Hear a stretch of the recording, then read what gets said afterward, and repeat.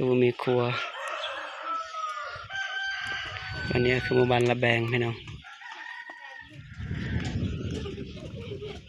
ตะมอแล้วกันนะโจล่ะบายดีพี่น้องตอนนี้ก็มาพอกับเบามวยคือเก่าตอนนี้ก็คือเบามวยจะเข้าในหมู่บ้านละแบงพี่น้องคือทางไหนนี่ก็จะมันหมู่บ้านละแบงพี่น้องเราจะไปเบิ่งนำกันว่าหมู่บ้านนี้ข้าเจ้าจะเฮ็ดหยังว่ามันเป็นจังใดเนาะในหมู่บ้านนี้นะพี่น้องพอดีพอพวกเอื้อยกำลังมาแต่สวนพี่น้องอันนี้เราจะเข้าไปเบิ่งนี่เนาะอันนี้คือหมู่บ้านละลาวพี่น้องตอนนี้ก็พอดีเบามวยฮอตในเครื่องบ้านพี่น้องเนาะแวลหมดเนาะฮัลละเนาะ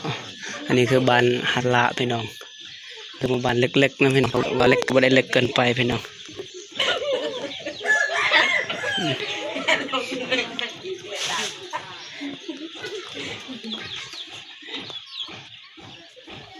ผู้บ่าวผู้สาวพี่น้อง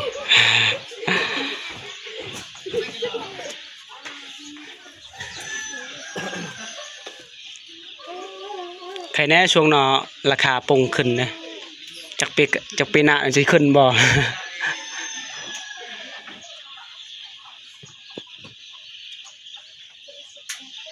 นี่ก็คือเด็กหน่อยพี่น้องพักเฮ็ดเวียกพักเวียกบ่เนาะเงียบ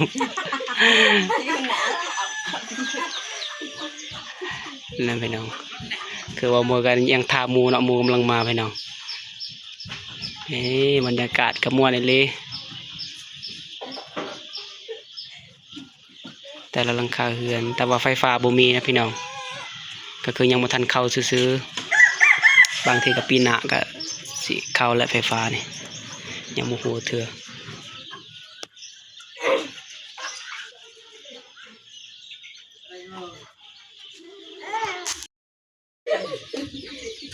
ในวันเสาร์และพักเรียนได้เข้าโรงเรียนแล้วพี่น้องตอนนี้ก็คือพักเรียนนี่บิดละโยร์ละจะน่ายูทูบเบอร์มาจ้ะเนี่ย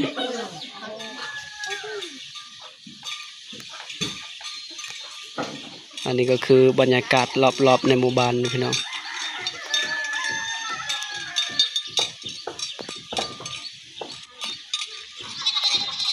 อันนี้ก็คือเวลากลางเดือนเวลาบ่ายโมงพี่น้องคือบ่ายโมงก็สิเลาะทายแล้วนี่ในหมู่บ้านโอ้กระเจ้าแนมคักพี่น้องอันนี้บรรยากาศในหมู่บ้านนี่ก็สวยงามหลายพี่น้อง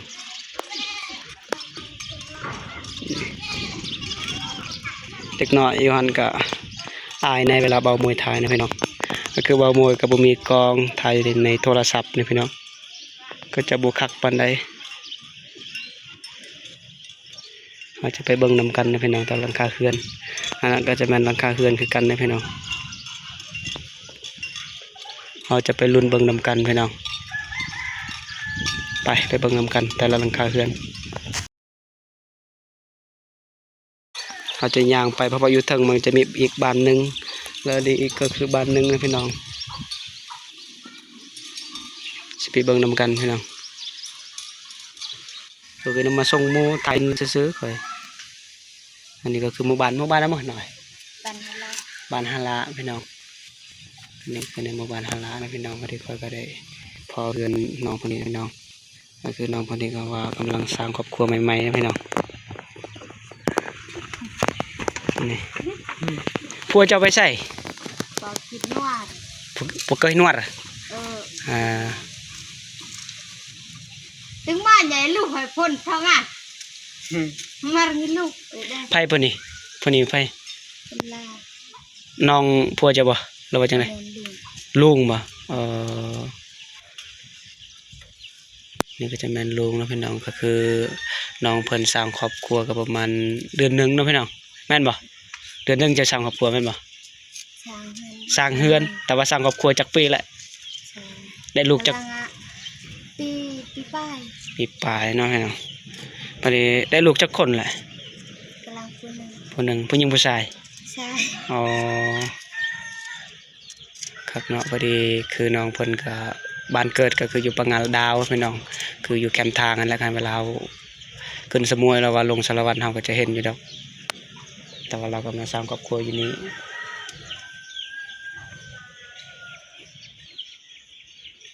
อันนี้ก็จะเป็นเฮือนของเรานะพี่น้องสร้างครอบครัวได้ประมาณ2 ปีได้ลูกผู้หนึงนี่คือบรรยากาศรอบๆพี่น้อง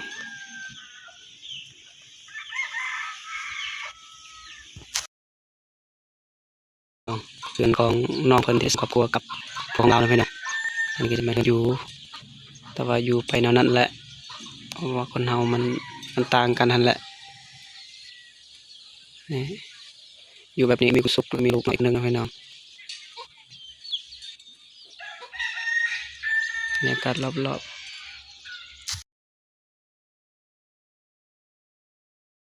มาม่ากระดองเลยมือกระเยอะไม่แต่งไหมแล้วบนกระดอง ล่างมันยังติดอยู่ 10 ล้านก็ยังติดหนี้แต่ว่าไปอยู่นำเขาเนาะโอ้ถึกเนาะพี่น้องก็ว่าเป็นหยังแนวหักกันเนาะก็เอาแล้วแหละกันหักกันเฮ็ดจังไดคนมันหักมักกันก็ต้องเอาบ่มีกระดองก็จำเป็นพี่น้องถึงว่าจะบ่มีเฮือนอยู่ถึงว่าสิเป็นจังไดก็สู้ไปนำกันแหละเมื่อกระเทินที่เฮาสร้างครอบครัวไปแล้วเฮือนอยู่น้อยๆก็มีความสุขพี่น้องบ่จำเป็นต้องเฮือนหลังใหญ่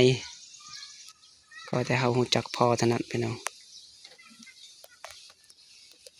พอดีจักหน่อยเฮาก็สิไปในบ้านเทิงอีกพี่น้อง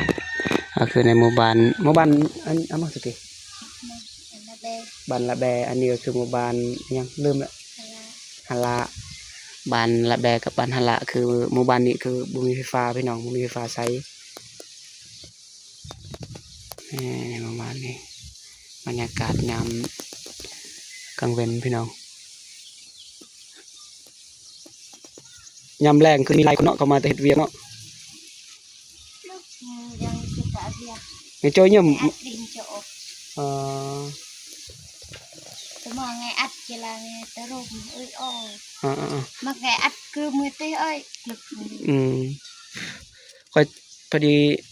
ค่อยถ่ายแล้วเขาอายของพอดีค่อยก็อายคือกันแล้วค่อยบ่เคยถ่าย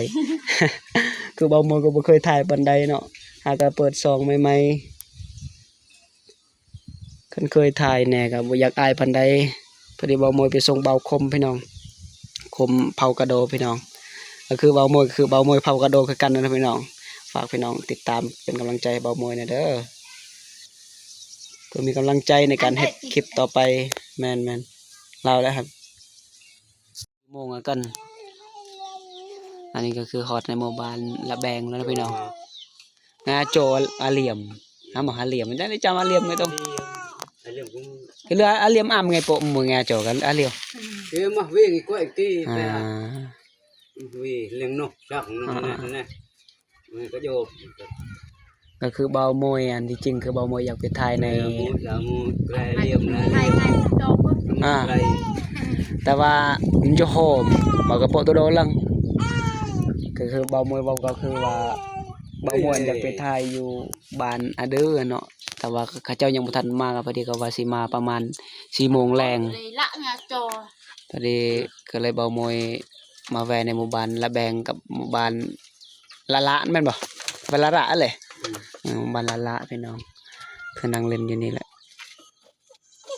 บรรยากาศรอบๆในหมู่บ้านเนาะคือช่วงนี้คือเขาจะไปเฮ็ดเวียกแล้วสะยามนี้อันยามแรงคือสิมีหลายคนอยู่ดอกอยู่นี่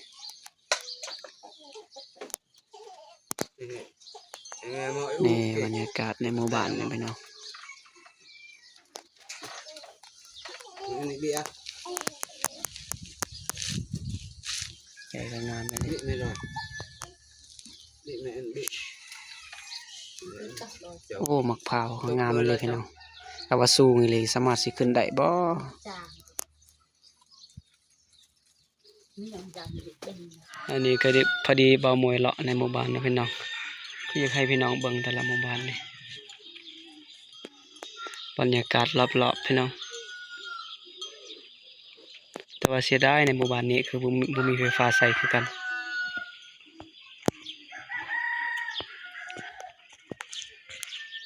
นี่พี่น้องโอ้โหงามเลยกกของพร้าว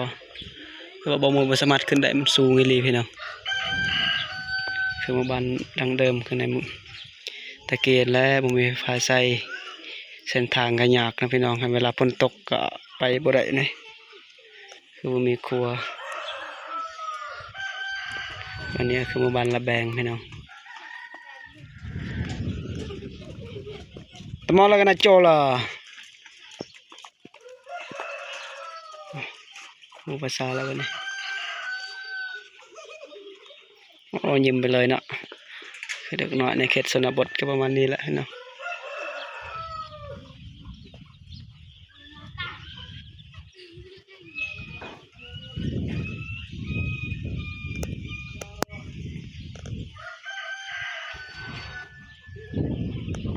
เงียบเงาพี่น้องเงียบเงาพี่น้อง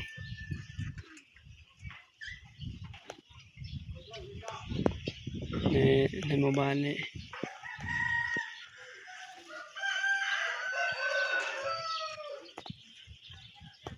อันนี้ก็คือเบาโมยก็อยู่น้ำเด็กน้อยพี่น้องเมื่อยและยางเลาะทายแถวบ้านนี่เมื่อยยางแล้วพี่น้องอ๋อยังไปแล้วโอ้แต่ตกใจเนาะ คิดว่าแตกลูกปืนเนี่ยเด็กน้อยเนี่ยตื่นเลยแหละกำลังนอนหลับเนาะ ตกใจแล้ววันนี้นี่แหละเด็กน้อยนอนพี่น้อง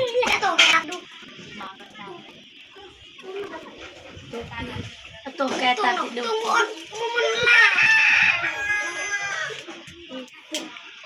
คาราโมตัวตึง พวกเขาเขตชนบทพี่น้อง จังกะชีฮีได้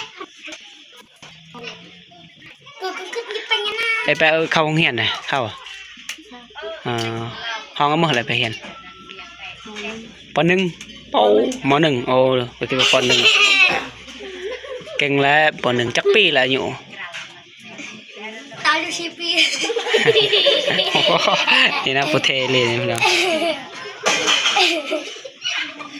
อ๋อ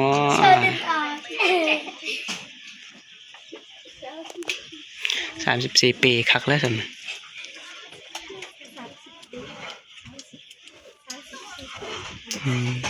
ันจะเลือกอะคือเลือกกับปหนึ่งปหนึ่งมหนึ่งมหนึ่ง พอดีแล้วม.1ทำนี่ก็มอกันไปไงนี่ ช่องกระดาษช่อง ไปไง ปหนึ่งสาม กระเดือนไงเลยเกิดไทย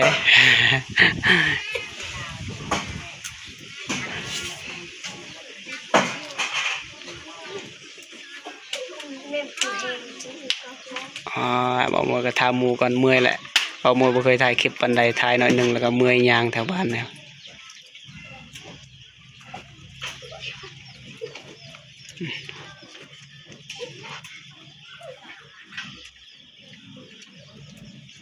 บรรยากาศรอบๆพี่น้อง